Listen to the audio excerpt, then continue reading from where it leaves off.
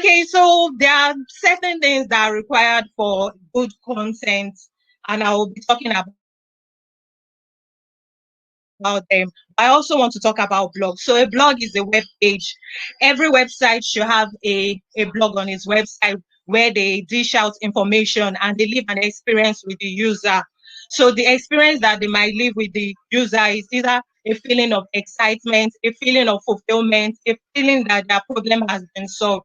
So that's the whole essence of a blog. And a blog is more or less informal and unconventional. So it doesn't have to be too formal. Your website might be formal, but the blog itself should be unconventional and it should be dishing out information about what you are producing or what you are trying to get across to your target audience. So for every content, a content needs to be authentic. You don't really have to do the same thing that other people are doing. There should be a unique selling point. What sets you apart from your competitors? Yes, you have to check what your competitors are doing, but you have to differentiate yourself. Don't do everything that every other person is doing.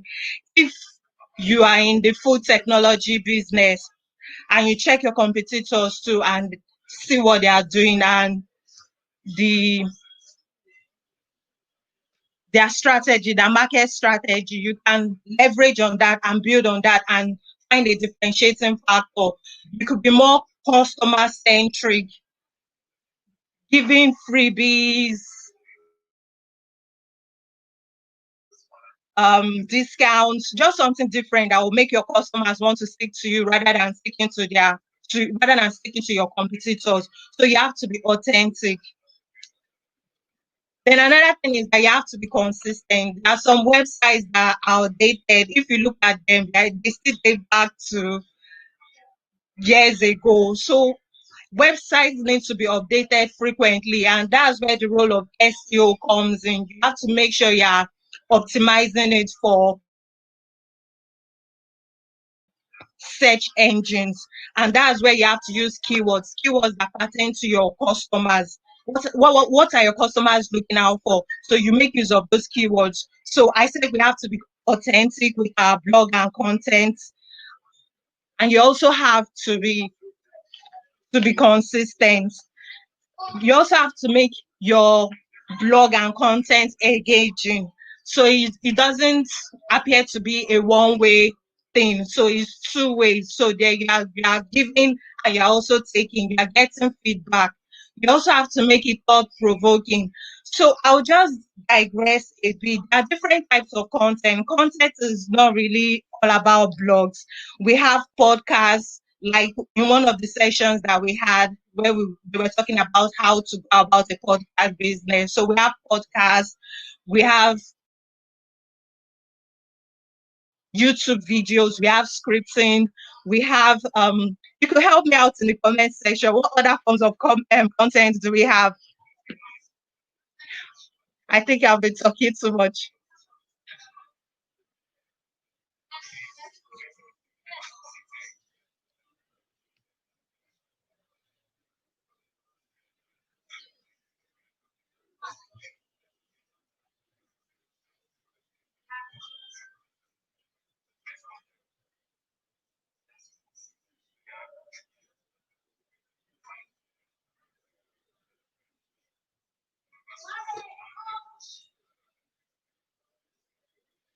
I'm still having issues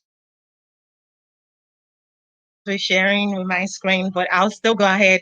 Okay, so like I said, we have different types of contents. We have blogs, we have videos, and the way content is evolving, most of the things that will be dishing out will be videos. People are more captivated and drawn to videos than text. I don't know about you, but sometimes I have a hard time reading long stories. But if it's an image or if it's a video and it's engaging and interesting and straight to the point, it's captivating. But long text messages, unless you are really good with words, that means you must be a very good writer.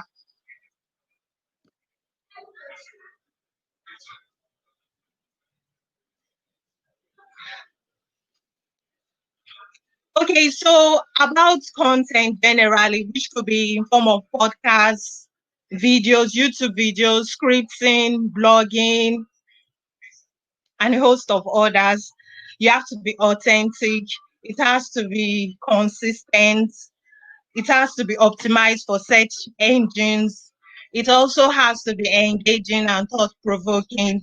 It should also be simple and concise. You don't really want to start using ambiguous words.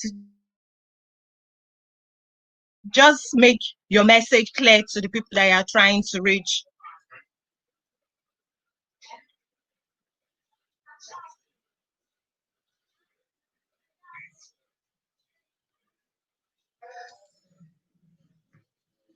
So writing forms the basis of all content. You would have to be a good writer to be able to dish out content, or a creative person generally. So we all draw inspiration from different places. I don't know about you, but sometimes I experience writer's block. But to overcome that, I try to change my environment. Different things work for different people. Other times, I might just change the kind of music that I'm listening to, or I just become adventurous and go somewhere and I draw inspiration from that.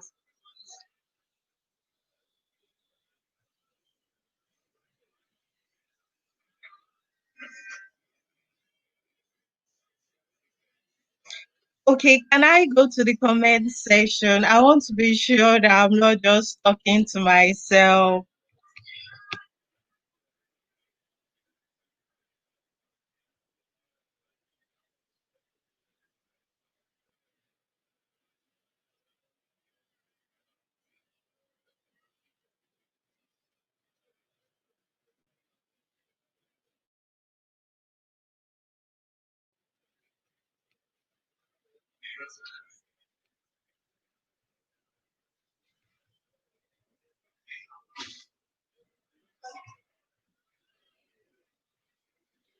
I'm trying to bring up the slides though.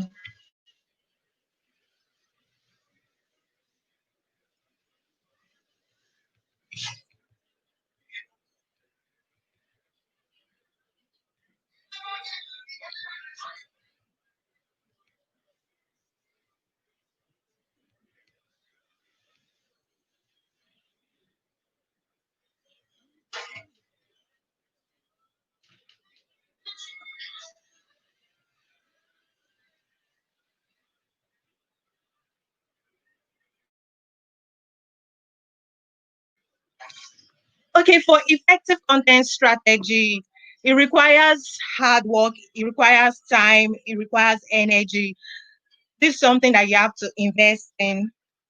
If you go the shortcuts, you might just dish out anyhow content, and that way you can lose your customers or lose your prospects or lose the people that you're trying to reach. So there should be deliberation. The content that you're producing, you should be deliberate about it, know what you want to achieve and how you want to go about it. Sometimes you have to do trial and error, but when you find out what works for you, capitalize on it. Another thing about content is and blogging is that it has to be rich in the title. I'm sure we were all interested when we saw the conference theme, the Digital Social Society Conference. That was very catchy, and we would all like to be part of the digital society in this time and age. So when you are dishing out content and blogging, you ensure that your heading is captivating enough. Make sure it's solving the problem. Don't try to make it lengthy. Just go straight to the problem that you're trying to address and be creative with it. The first thing people will look at when they see your content is your heading. So you have to be creative with your heading.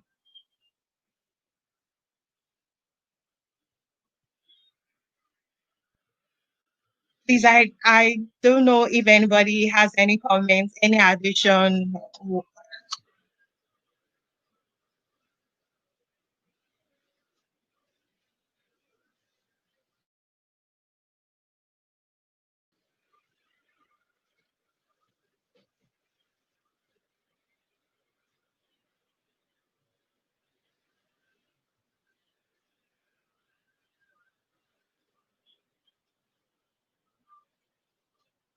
So I'm going to the comment section.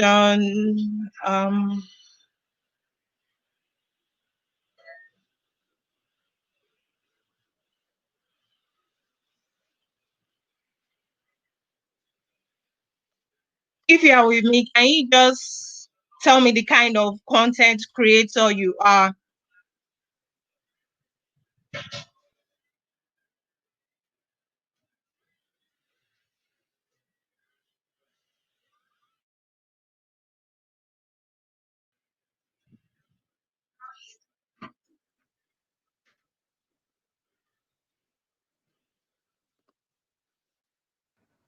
So, can you see their comments? Not really. You have to go, if you go into the stage, you could see like their comments. I see someone that said, how do you decide which topics you want to write about? Okay. Oh, yeah. Sorry, I can see Yeah, that. so if Okay. you That's from yeah, you can see. Jane.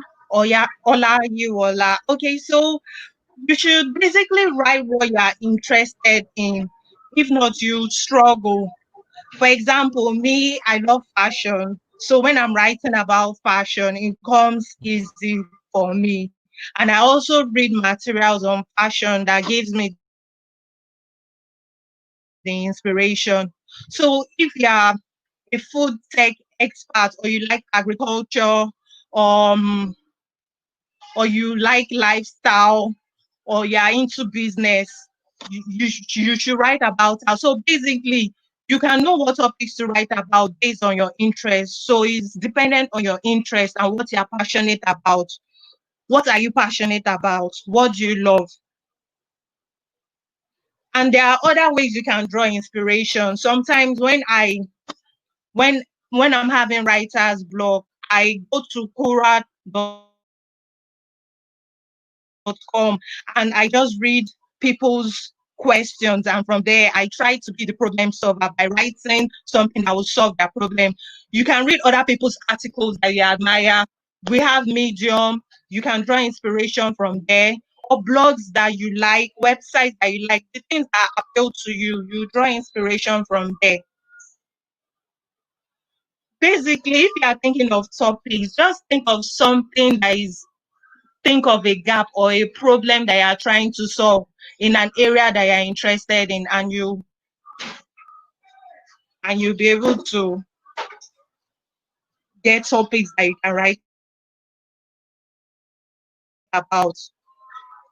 Another thing is that you can look at the comment section of blogs.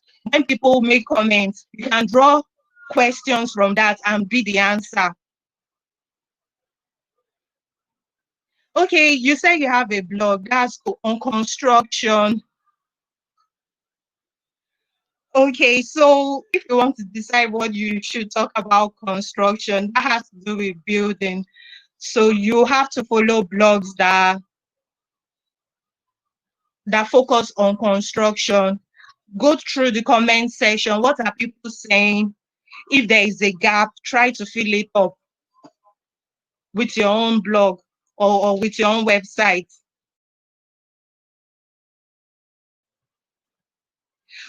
Quora is actually good. I find inspiration from Quora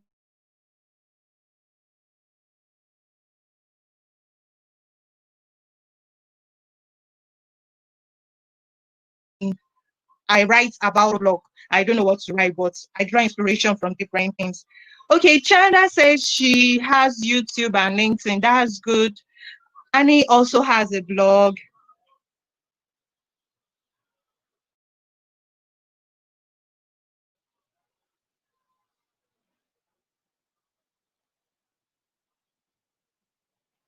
So, in summary, our key takeaway is that we have to be consistent. Um, Myself as a media professional, I tend to multitask a lot, and it's not easy. We have to be updating regularly to keep your audience engaged. I just started writing for a website, and over a period of time, they've been on the same level with their traffic. But as we started dishing out more content regularly, we found out that our reach has increased. So when you're consistent, when you're solving a problem, meeting a need, you'll be able to reach the people that you're trying to reach. Okay, as I round off, my key takeaway is that we should be consistent, we should be authentic, we should be creative, we should draw inspiration from everyday problems, and follow websites and blogs that catch our interest. They will give us inspiration on what to write on.